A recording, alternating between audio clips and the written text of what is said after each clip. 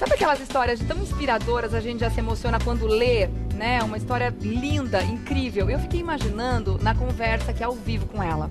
Gente, é uma história que de fato pode mudar muita coisa na sua vida. São exemplos que a gente pode carregar pra gente. Quem vai falar sobre isso também é o César Romão, que é escritor e palestrante, está com a gente. Tudo bom, querido? Prazer te ver. Prazer. Das mulheres. Obrigada. Para as tuas aqui. E para todas que estão aí em casa. É um prazer te receber.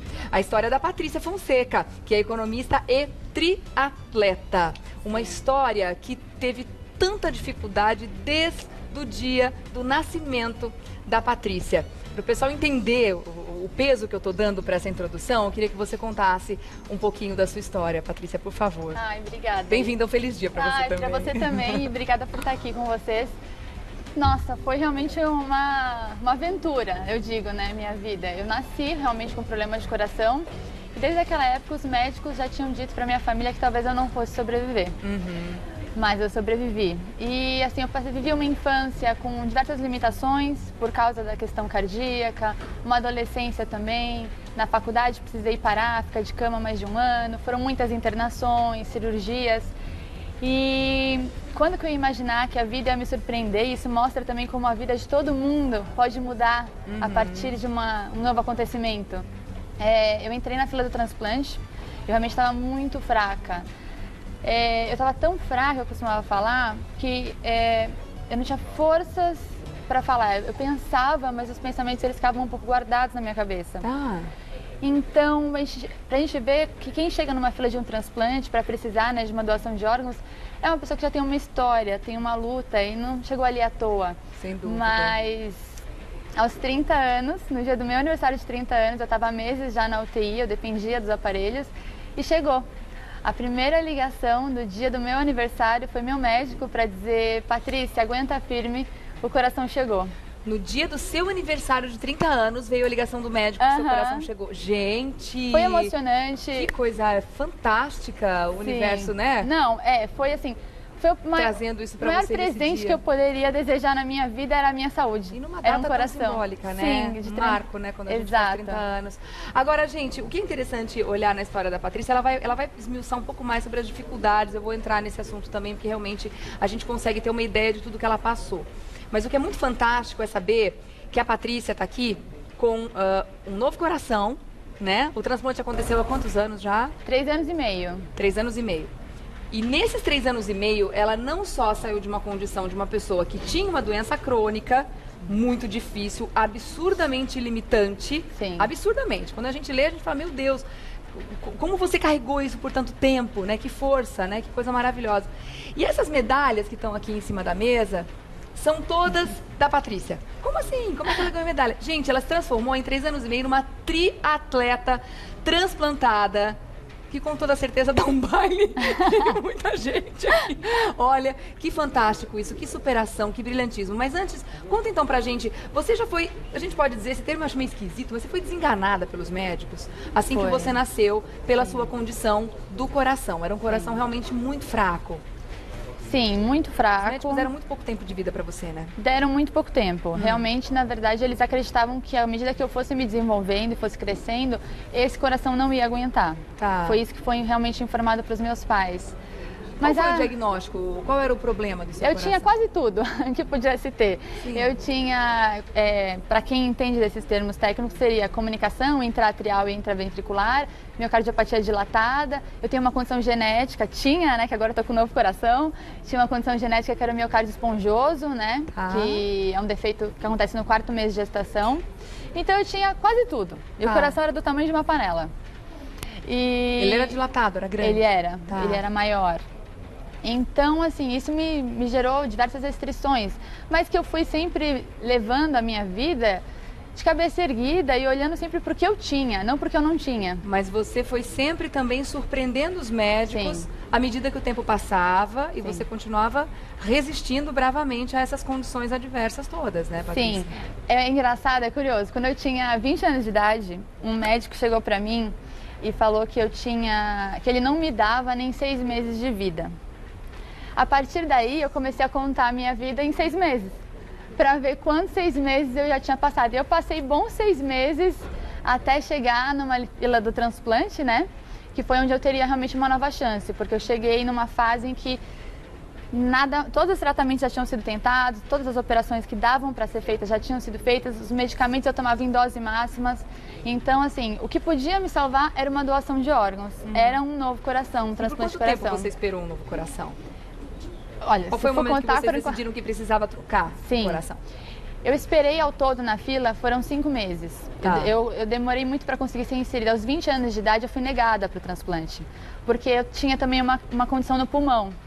Por conta de um coração que cresceu a vida toda muito fraquinho, o meu pulmão teve que aprender a lidar com aquele coração que era um pouco debilitado. Você então, respirava mal também? Sim, eu tinha uma hipertensão pulmonar alta, então um novo coração não aguentaria. Tá. Então a medicina evoluiu, isso é muito fantástico. Muito fantástico, é o que eu falo para as pessoas, tenham fé. Porque todos os dias os médicos e os profissionais da saúde estão estudando, estão pesquisando para trazerem novidades, para trazerem novos tratamentos e soluções para quem não tem hoje, talvez ano que vem tenha, talvez mês que vem tenha. E a medicina evoluiu muito. E pôde trazer para mim uma solução que aos 30 anos de idade pôde trazer esse transplante. Assim como você está hoje com 33. Há 33 anos atrás, durante o pré-natal, as mães não conseguiam descobrir uma condição cardíaca nos bebês enquanto ainda estavam gestando. Hoje a gente consegue, inclusive com cirurgias intrauterinas fantásticas. Eu não sei se a sua condição poderia ser corrigida ainda dentro da barriga ou de repente amenizada para que o bebê já nascesse com mais saúde, né, e fizesse uma recuperação lá dentro. Quer dizer, isso que você falou é maravilhoso. Não perca a esperança, quer dizer, seu corpo resistiu, ele conseguiu esperar, né, a medicina evoluir. É de arrepiar, né, César? A história dela realmente é incrível, né? História bonita. A Patrícia prova que a diferença entre você continuar e desistir é que se você desistir, a sua vida pode acabar. Se você continuar, você tem chance. Você sabe que o Brasil hoje, ele tem 16,7 doadores para cada 1 milhão de pessoas. Tá. Então, cada 1 milhão de pessoas, você tem só 16,7 doadores. É um índice muito pequeno ainda. A Patrícia pode ser um grande exemplo hoje aqui para criar essa consciência das pessoas doarem órgãos. O ex-presidente Temer assinou um decreto que é muito importante, pouca gente sabe desse decreto.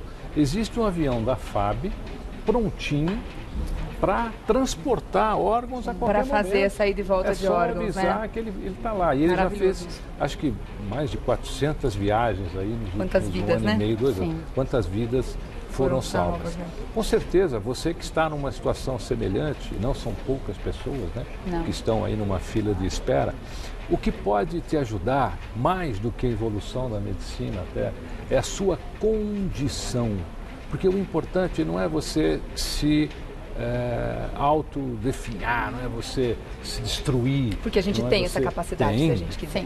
Infelizmente. A energia é a mesma, inclusive. Exato. A mesma energia que nós usamos para nos criticar, para nos vitimar, é a energia que você pode usar para se levantar. O seu estado psíquico, ele conta muito. Você notou que ela falou, olha, eu estava lá, mas eu não desisti, eu tinha meus pensamentos, ela continuava com fé. A fé é um elemento primoroso nesses estados. Você não pode desistir, porque se houver uma chance, ela vai chegar até você.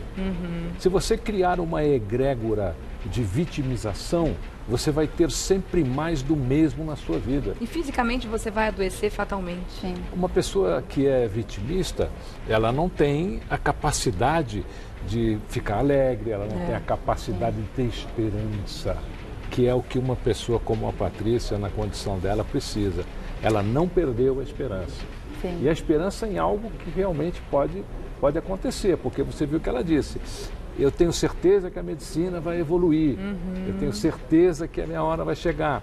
Agora, se você não tem essa esperança, você fica naquele vazio, fala, já perdi a esperança. Perdeu, você perdeu uma oportunidade. É verdade. Perdeu uma chance. Então, a mesma energia que você usa para se vitimizar, você pode usar para ser uma pessoa em prol da busca daquilo que vai fazer bem para você e vai te salvar, vai te curar, vai te melhorar e vai te tornar uma pessoa melhor. Eu achei fantástico esses dias, você está falando, me lembrou um documentário que eu assisti não faz muito tempo, e um médico falava isso. Tem uma diferença muito grande entre o diagnóstico e o prognóstico. né? Um médico chegar para você e falar, você tem 6 meses de vida.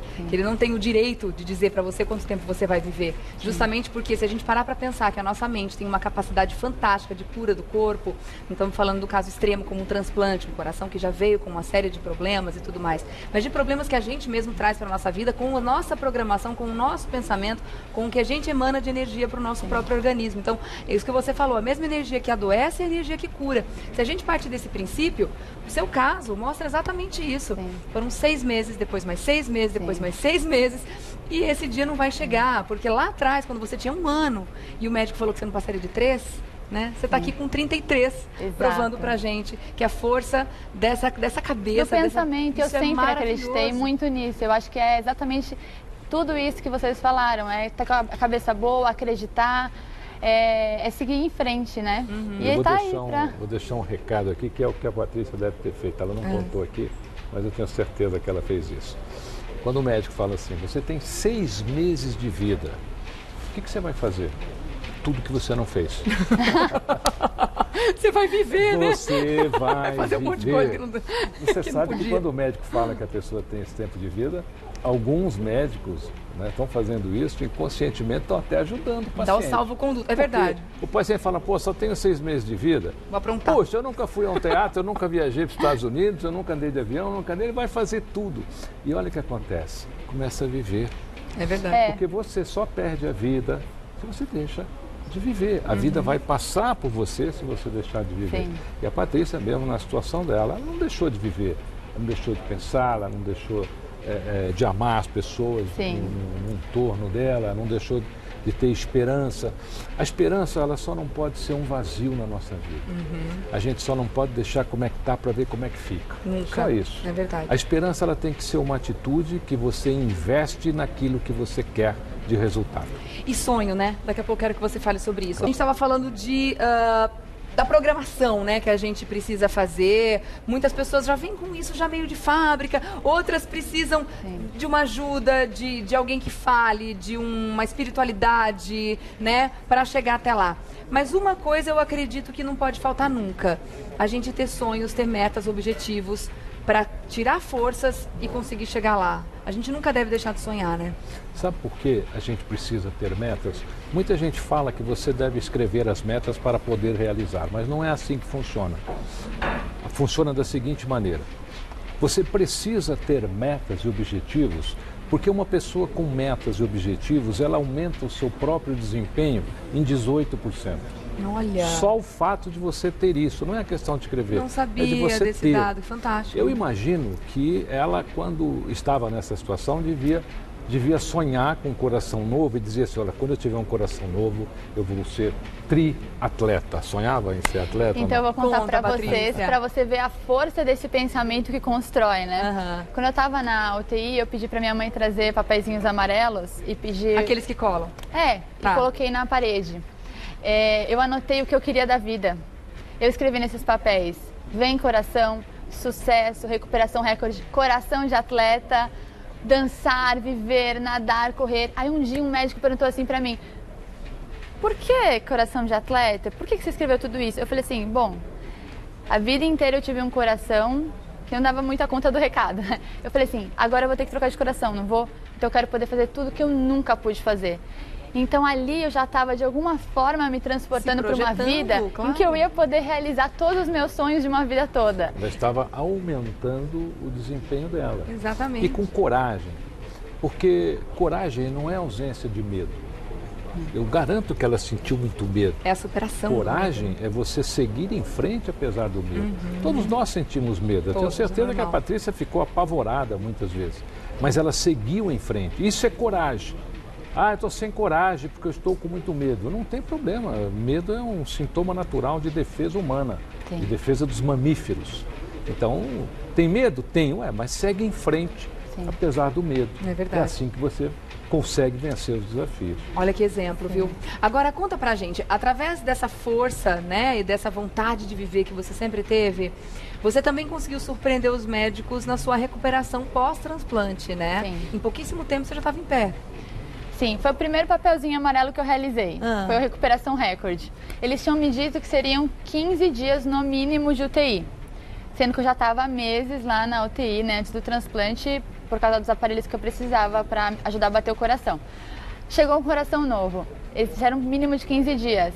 Eu fiquei 5. No 3º dia eu já estava de pé. Uau! O meu médico, ele costuma contar que eu estava eufórica, que ele nunca viu uma pessoa tão eufórica, que eu queria levantar, eu falava, tô ótimo, já tô ótima.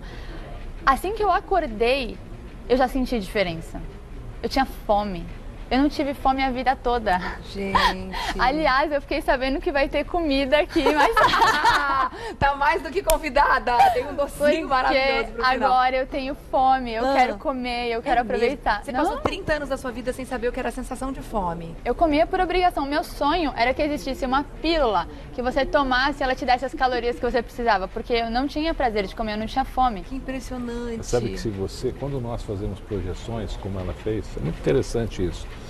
Quando você projeta que você já está curado, quando você projeta que você já está vivenciando aquilo, quando a situação chega, você está extremamente confortável. E preparado para aquilo. Preparado. A vida inteira eu projetei ali, a né? minha carreira de escritor. Às vezes as pessoas falam, Romão, mas você fica tão à vontade nos palcos. É porque a vida inteira eu projetei isso. Nem existia palco ainda de palestras corporativas, eu já imaginava. Você já vai vivendo naquilo, porque a nossa mente, ela nos conduz a lugares fantásticos e cria um estado fantástico em você também. Tá. A gente fica anestesiado para as coisas ruins e fica com foco naquilo que a gente quer. E aí a preparação, né, ela acaba sendo um momento de prazer e não uma obrigação, né? A coisa do exercício físico que você precisou fazer, porque imagina, o treinamento para chegar a ser uma triatleta, ela corre, nada pedalo. E pedala. Sim. É muita coisa, né? Sim. E aí, em quanto tempo você já conseguiu estar na sua primeira competição, Patrícia? Então, com 1 mês de transplante, já estava na reabilitação no hospital. O que também foi impressionante para os médicos, claro. Foi, porque eu tive que aprender a sentar, reaprender a andar. Eu estava muito tempo numa cama. Aí, com 1 ano de transplante, eu fui liberada para correr. Eu comecei a correr.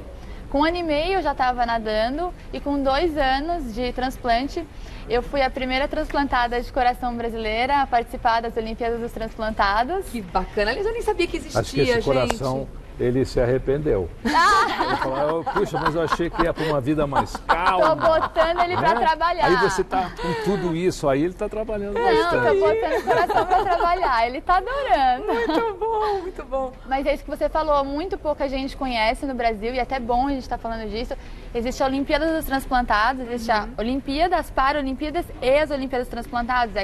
É reconhecida pelo Comitê Olímpico Internacional, lá transplantados de todos os órgãos competem entre si, nas todas as modalidades. Eu compito no triatlon, porque assim, por que eu vou fazer um esporte se eu posso fazer 3? Lógico. Então eu tô tirando atraso, né, minha gente?